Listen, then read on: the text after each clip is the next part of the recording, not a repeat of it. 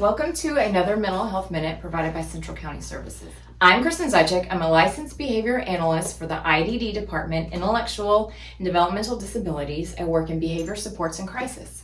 Hi, I'm Nikki Ramirez. I also am a licensed behavior analyst working in the behavior supports department as well. Today, we wanted to come together and show you some strategies that we have talked about in previous mental health minutes.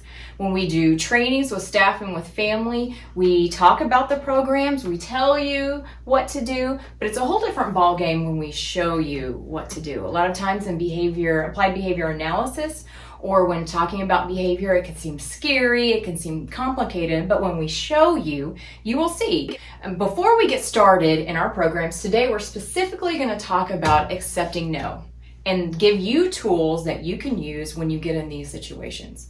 Before we start talking about accepting no, there are two very important strategies that you need to put in your tool chest and have at all times and be prepared to take them out. The first one is knowing preferred items of your loved one or client. If you don't know, you can sit and watch them for 30 minutes. You can think about the items that they ask you for repeatedly. You can pay attention to the items that they continuously pull out of the pantry. It's a good possibility you already know. And so you will keep a list in the back of your mind and put that in your tool chest. Nikki here today, she loves Coke Zero, Cheeto Puffs, and she loves her phone. And so I know that about Nikki, so I'm going to keep that in my tool chest. The second strategy that's very important to remember at all times, we have talked about in some of the mental health minutes, is our first then type schedule. First you do something undesired to get to something desired. You ask someone to do something unpreferred to get to something preferred. Or sometimes they might have to wait to get to what they want. So this is very useful, and we're going to use this tool today to show you Accepting No program. Our first Accepting No program that we're going to talk about today is accepting no, just you can't have it right now. Just not right now. That would be like you have the items that they want. The items are accessible, but now is not the time. We're going to have lasagna for lunch in 10 minutes, and Nikki wants Cheetos. Or Nikki's begging me to go to the pool, but she has to do her homework first. So we're going to show you how we use first then language, how we move through that to help Nikki tolerate or accept not getting what she wants. But first, before we get into that, I'm going to show you one quick non-example or an example of what normally happens without the tools.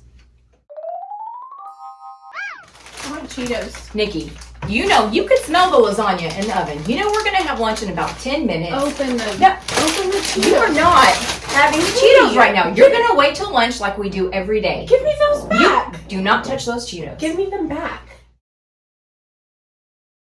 So do you see how when I kept on saying no and reprimanding her and pretty much telling her, you know what's up, how it evoked a fight, right? It sort of the momentum caused her to push harder to get what she wants. And that could be yelling, that could be fighting. She got in my space to get what she wants.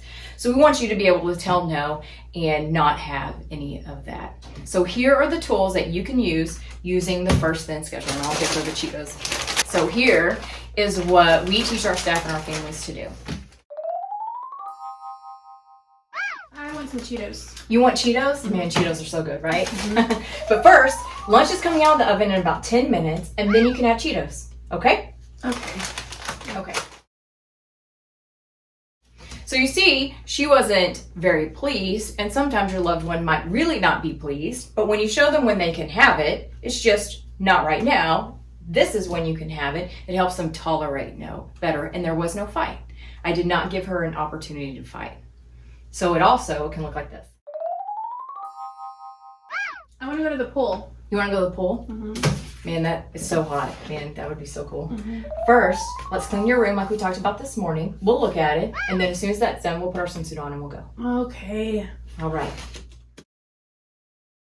So we're going to use this tool for one more example of how to accept no. I want to go to the movies. You want to go to the movies? Mm-hmm. Okay. As soon as Dad gets home, right? Dad wants to go to the movies too. As soon as Dad gets home, we'll eat supper and then we'll go. Okay. Okay.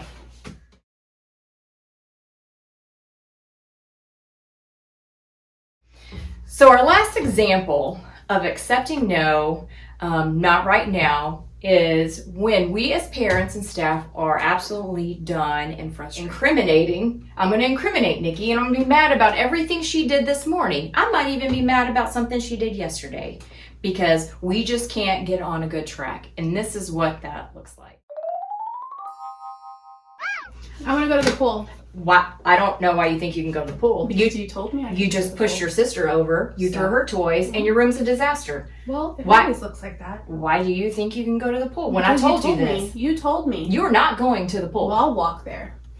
So, as you saw in that example, I listed a whole slew of things that I was upset with her for that I had not fixed prior to her asking me to go to the pool. So what I'm really frustrated about is all of things happen and we need to get all of this stuff straight before we can go to the pool, right? That's why I'm frustrated. Using this, I can tell Nikki what she needs to fix, what does she need to do to get to go to the pool without the fight. That's what we want. We want it without the fight. I don't want Nikki bolting out of the house. I don't want Nikki throwing stuff, and I don't want Nikki yelling and arguing with me because it makes me madder, right? So here is an example of how we use this to help Nikki tolerate no. I want to go to the pool. All right, Nikki, I hear you want to go to the pool, okay? First, we need to pick up your sister's toys, right? We need to talk. We need to talk to your sister and apologize, make that right, and then we'll go clean your room. You can clean your room, and you can come and ask me for help when this is done, right? When all this is done, then we'll get your swimsuit, and then we'll go to the pool. Will you help me pick up my stuff? I will help you pick up. Okay, I fine. will help you. Thank you for asking.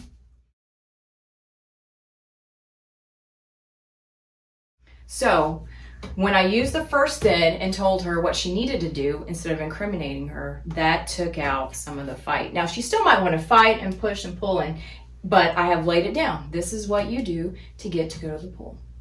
And if she's still argumentative, right, I state what I state. This is what you do to go to the pool, and then I turn around and I walk away and I do something else. If I don't fight, she can't fight. So those are the strategies we use for accepting no. No, you just can't have it right now. We have posted links for you to look at. They're valuable resources. And thank you for watching our Mental Health Minute.